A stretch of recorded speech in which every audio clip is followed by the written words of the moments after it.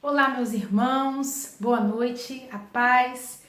Então, hoje eu vim aqui falar um pouco para vocês da história de Jonas, uma história bem conhecida, principalmente em relação ao grande peixe que engoliu Jonas, né? E aí eu vou falar bem resumido para a gente fazer uma reflexão breve.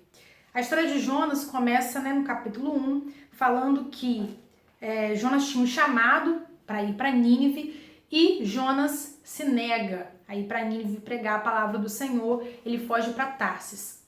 E nessa viagem que ele vai de navio, fugindo, da vontade do Senhor, acontece tempestade, uma grande tempestade, o mar fica revoltado e os marinheiros que estavam com Jonas naquele navio, eles sabiam que algo estava acontecendo de errado, começam a clamar aos deuses deles e veem que Jonas está adormecido, acordam Jonas, perguntam por que ele não estava clamando ao Senhor e sabiam que Jonas estava fugindo do Senhor, da vontade do Senhor, e perguntam o que eles deveriam fazer para que aquilo tudo acabasse sem entender, E Jonas fala o seguinte: se eu for lançado no mar, tudo isso vai acalmar, porque ele sabia que era fruto de uma desobediência dele.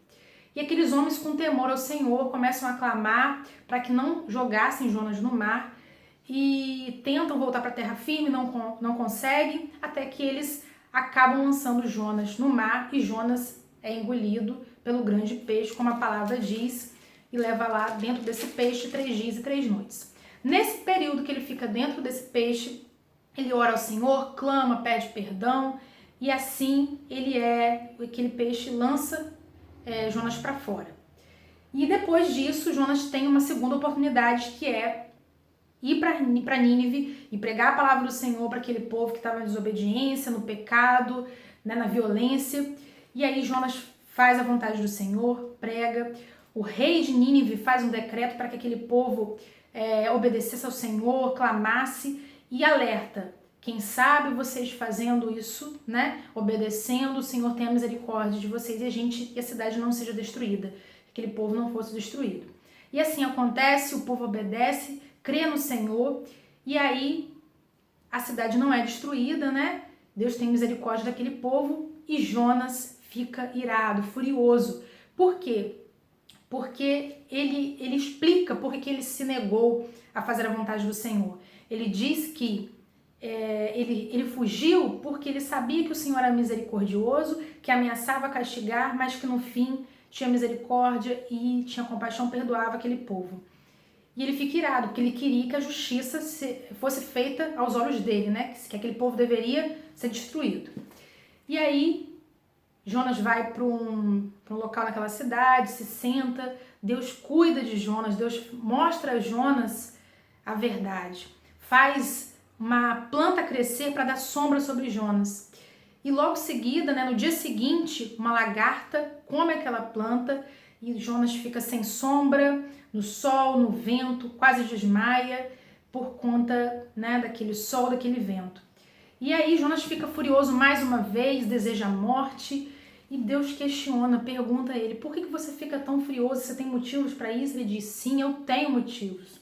E Deus fala, dá a seguinte mensagem para Jonas: você fica furioso por conta de uma planta, que você não fez crescer, que você não cuidou, mas você não podou, mas você não tem compaixão, você não entende a necessidade daquele povo de Nínive de encontrar o caminho certo, de entender a palavra do Senhor.